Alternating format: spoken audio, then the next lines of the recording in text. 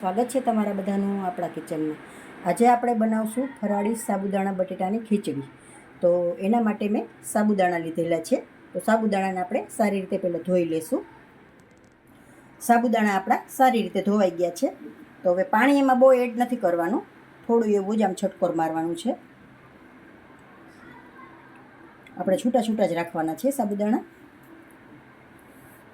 હવે આપણે આને 10 મિનિટ માટે ઢાંકીને રાખી દઈશું.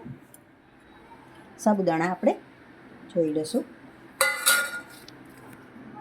સાબુદાણા 10 મિનિટ જેવું થયું છે, સારી રીતે પલળી ગયા છે. ચોટલા છૂટા જ રાખવાના છે, બહુ નથી પલાળવાના.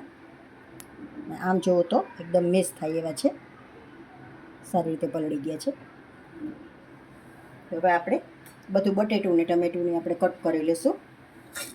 કટ થઈ ગયું છે સારી રીતે બધું, બટેટું ને ટમેટું ને મરચું ને આવું ઝીણું ઝીણું જ બટેટું મેં કટ કર્યું છે.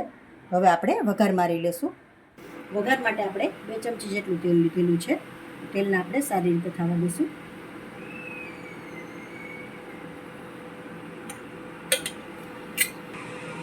તેલ આપણું સારી રીતે આવી ગયું છે. હવે આપણે જીરું મૂકી દઈશું.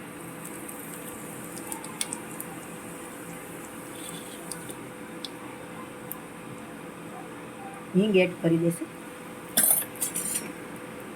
ટમેટું મૂકી દઈશું વઘારમાં.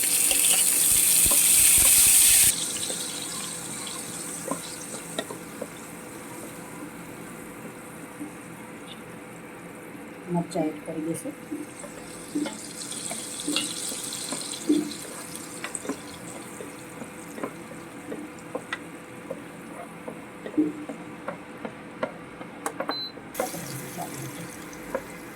સારી રીતે સતળાઈ ગયું છે. તો હવે બટેટું એડ કરી દઈશું આપણે.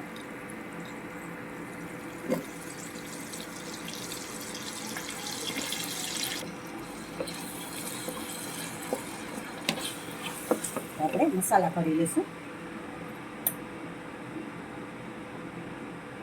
1 ચમચી મરચું પાવડર,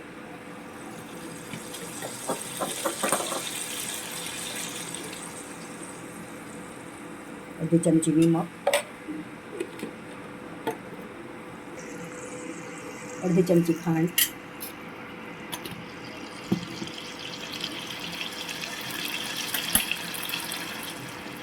1 નાની ચમચી મરી પાવડર. સારી રીતે મિક્સ કરી લઈશું.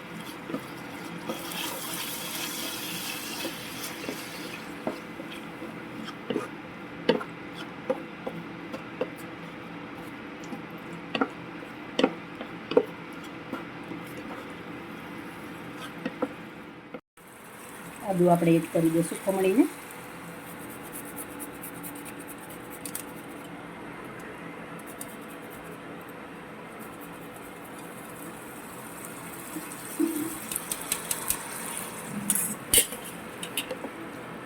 બટેટાને આપણે 2 મિનિટ માટે ચડવા દઈશું. હવે પાણી એડ નથી કરવાનું, આ રીતે જ ચડાવશું આપણે. બટેટું આપણું સારી રીતે ચડી ગયું છે, થઈ ગયું છે. તો આપણે સાબુદાણા એડ કરી દઈશું.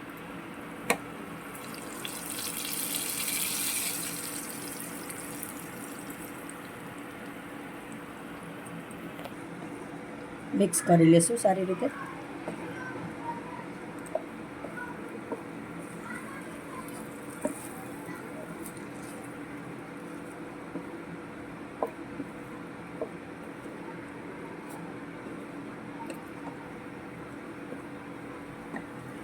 અડધા લીંબુનો રસ છે એડ કરી દઈશું.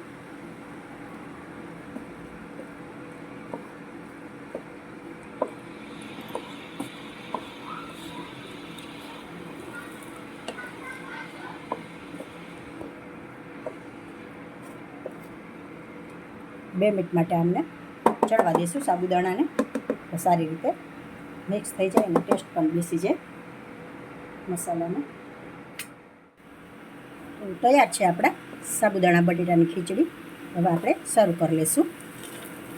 થોડા ધાણા એડ કરી દઈશું.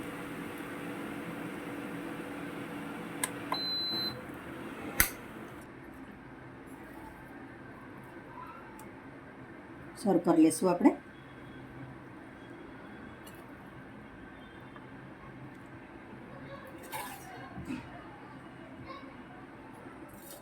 તો જો મિત્રો તૈયાર છે આપણા સાબુદાણા બટેટાની ખીચડી. જો તમને મારી રેસીપી જોવી ગમતી હોય તો તમે લાઈક કરશો, કોમેન્ટ કરશો, તમારા મિત્રોમાં શેર કરશો.